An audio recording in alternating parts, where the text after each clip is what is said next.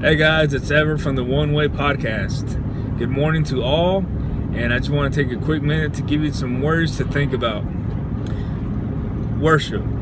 What is worship? It says in John 4:24, they who worship him must worship him in spirit and in truth. Spirit and in truth. Let's break that down. So, spirit is something you don't see. It's a spirit.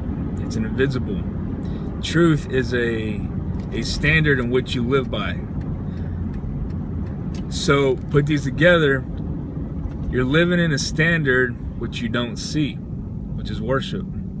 Now what could that mean? How could we apply this to our lives?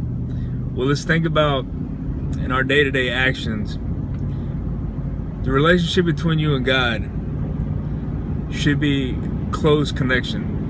Now, if you got things in the way in your life that blocks you from having a strong relationship with your Father, then you should probably get rid of these things. So the removal of these obstacles in your way is an act of worship. It's called sacrifice. And the first time that worship is mentioned in Scripture is when Abraham was going to sacrifice his son. He says, I'm going to take the lad up and we're both going to go up and worship on the mountain, knowing good and well that it was a sacrifice that he was going to do. Now, worshiping is a thing you do daily.